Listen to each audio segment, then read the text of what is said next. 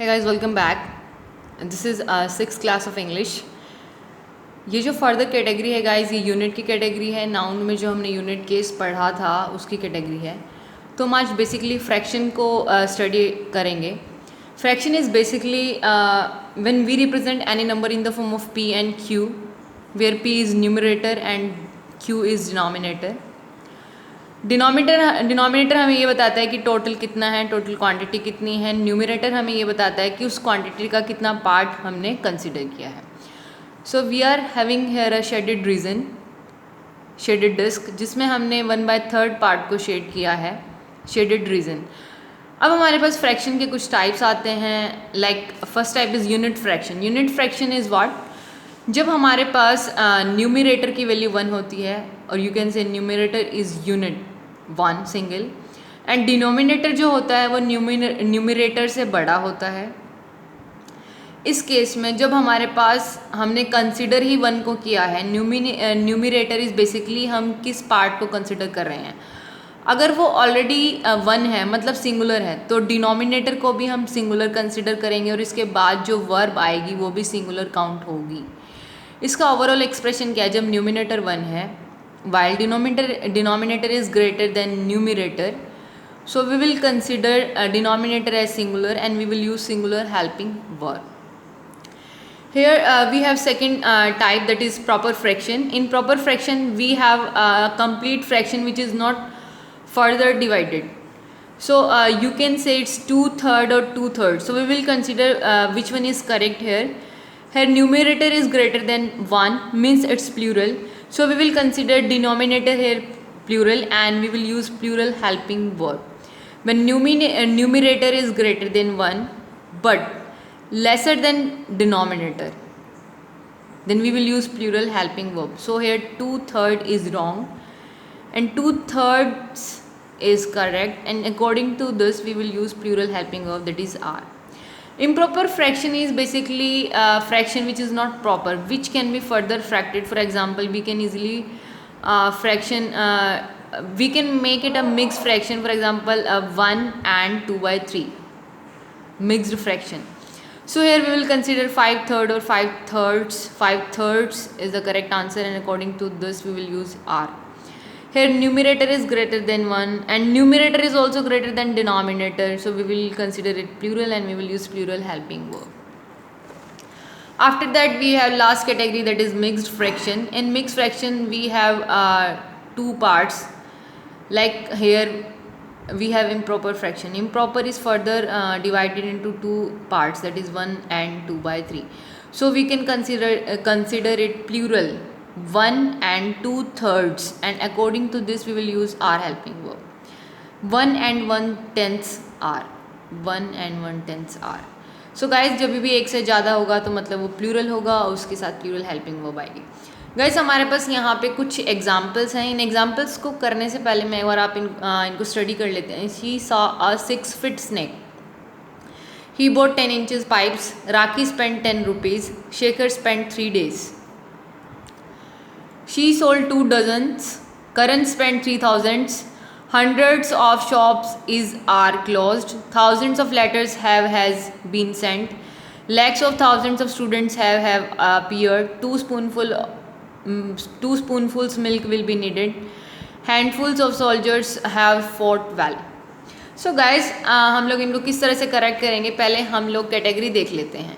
Basically अगर मैं कहूँ मेरे पास 2 गाड़ी है या 2 गाड़ियाँ हैं, तो मतलब थिंग इज़ डेफिनेट. अगर मैं ये कहूँ मेरे पास गाड़ियाँ हैं, आई एम नॉट श्योर कितनी गाड़ियाँ हैं कितनी नहीं हैं, तो this thing is undefinite. So definite category हमारे पास आती है, न्यूमरल वैल्यू होगी, उसके बाद यूनिट होगी और उसके बाद कोई नाउन या एडजेक्टिव होगा. तो इस यूनिट को हम सिंगुलर यूनिट के फॉर्म में लिखते हैं. इन केस अगर ऐसा ना हो कि मान लो हमारे पास न्यूमरल वैल्यू है, उसके बाद यूनिट है, लेकिन उस यूनिट के बाद हमारे पास कुछ भी नहीं है, तो in this case we will consider कि वो कॉम्पैक्ट कैटेगरी से बिलोंग करता है या कॉम्पैक्ट कैटेगरी से बिलोंग नहीं करता. कॉम्पैक्ट कैटेगरी से अगर वो यूनिट बिलोंग करेगी तो मतलब उसका एक प्रॉपर मीनिंग होगा, इसीलिए हम उसके साथ एस या ई एस लगा सकते हैं as a suffix. In case we have non-compact unit, so we will not make it plural. हम उसके साथ सफिक्स नहीं करेंगे SEIS, like days, months, 10 days, 10 month, 10 week, 10 100, क्या 10 100, वट 10,000, 1 डजन, क्या 1 डजन, मतलब ये जो है ये नॉन कॉम्पैक्ट कैटेगरी से है, ये अपने आप में कंप्लीट मीनिंग के साथ नहीं है। सो गाइज एक और यूनिट है हमारे पास, that is indefinite unit. Basically indefinite unit में हमारे पास क्या होगा, यूनिट प्लूरल होगी, ऑफ नाउन भी प्लूरल होगा, इसीलिए इसके साथ हेल्पिंग वर्ब भी प्लूरल आएगी। न्यूमरल वैल्यू नहीं है तो सब कुछ प्लूरल होगा, न्यूमरल वैल्यू नहीं है तो सब कुछ प्लूरल होगा। मतलब कि हमारे पास अगर इंडेफिनिट के केस में न्यूमरल वैल्यू नहीं है, मतलब केवल यूनिट गिवन है, तो हम क्या करेंगे, प्लूरल करेंगे सब चीज़ को कंसिडर। अब हमारे पास क्या होता है, इंडेफिनिट में अगर एक से ज़्यादा यूनिट हो, मतलब बहुत सारी यूनिट एक ही सेंटेंस में गिवन है, तो हम क्या करेंगे, उन यूनिट्स को हम असेंडिंग फॉर्म में लिखेंगे, मतलब स्मॉल फिर बिगर फिर बिगेस्ट ऐसे। आर्बिट्ररी यूनिट क्या है, बेसिकली कि एक यूनिट तो नहीं है बट हम इसे एज अ यूनिट यूज़ करते हैं, that is hand, mug, mouthful, spoonful, bowlful, ठीक है, कोई भी नाउन है ये। To make it plural we will use S, जैसे मैंने कहा ग्लास भर पानी पिलाओ, ग्लास की कोई मतलब यूनिट जो है वो फिक्स नहीं है कि हमें कितना चाहिए, तो ये यूनिट्स यूज़ होती हैं, हम अपने मायनों पे, अपने दायरों पे यूज़ करते हैं, एक्चुअल में ये यूनिट्स नहीं है। अब हमारे पास कुछ एग्जांपल्स जो मैंने पढ़े थे, शी सा 6 feet snack, feet here is plural, but numeral value के साथ अगर बीच में यूनिट है और उसके बाद एडजेक्टिव या नाउन है तो हम इसको सिंगुलर लेंगे। सेम यहाँ इंचज़ की जगह इंच आएगा, ही बॉट 10 inch पाइप्स, ठीक है guys.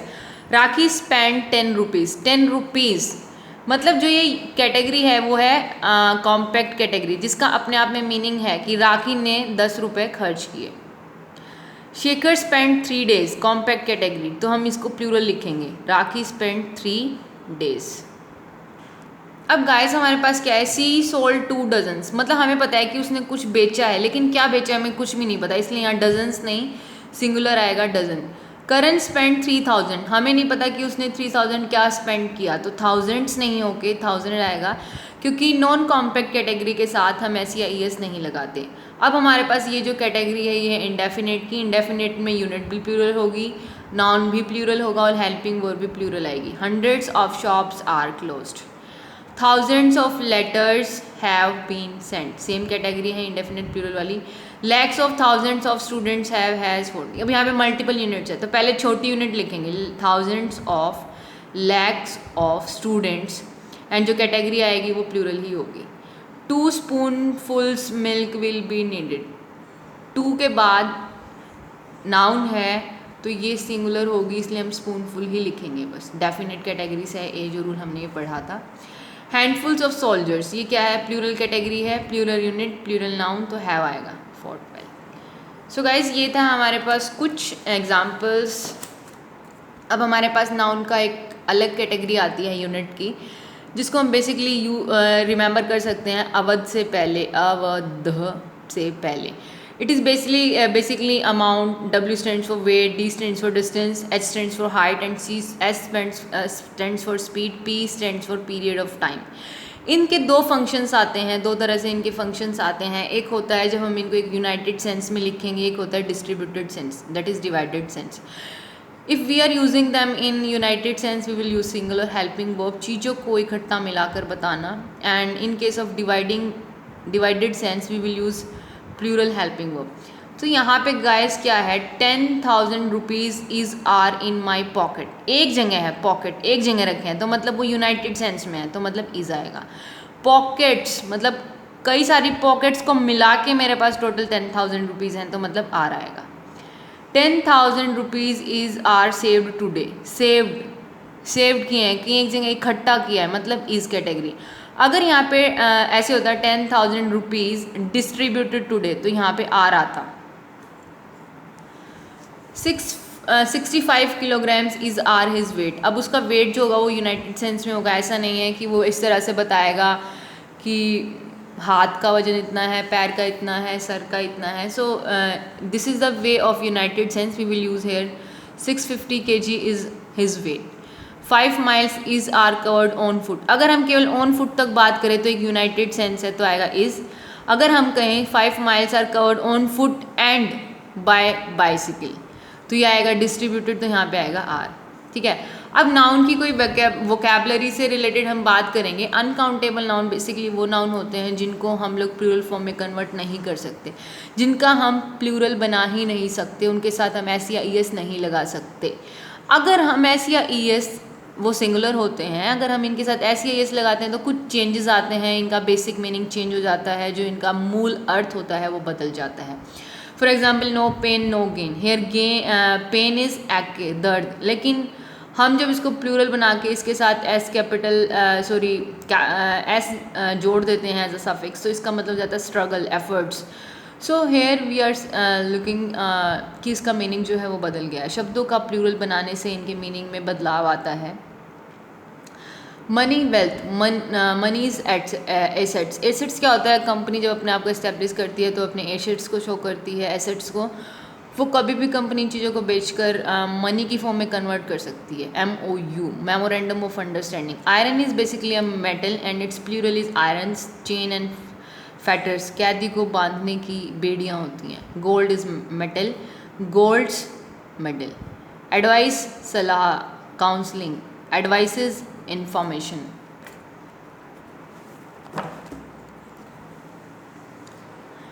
Work is basically a task. Works is repair anything that need maintenance. Literary works, Shakespeare's works. Word, promise, I must keep my word. मैं अपने वचन को रखूं। Discussion, I want to have a word with you. Words, message, please convey my words to him. Respect, honor, respects, compliments, बधाई, please convey my respects to him. Color, hue, colors, hues or flag, they raised the colors, झंडा ऊंचा किया। Force, strength, force is army. Custom, convention, routine, habit. Customs, tax, import export पे जो tax लगता है उसको बोलते हैं customs. Return, come back. Income tax का जो टैक्स होता है वो होता है रिटर्न्स। देखो पीपल जो है यहाँ पे एक प्लूरल वर्ड है। जब हम प्लूरल वर्ड के साथ आर्टिकल्स यूज़ करते हैं तो उनका मीनिंग कम्प्लीटली चेंज हो जाता है।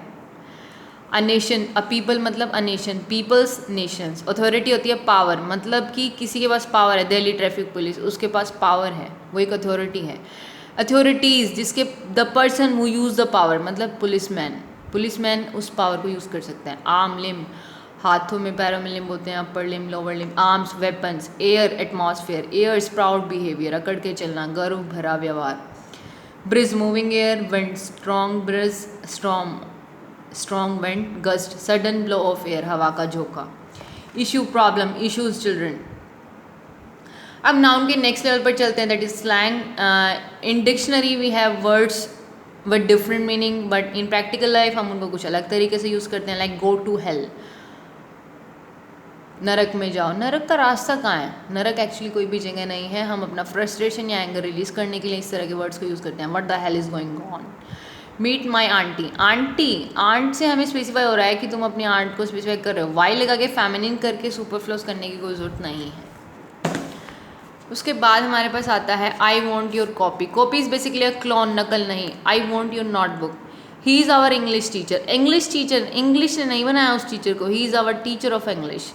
Rahul is a cheater, no no no, Rahul is a cheat, correct form.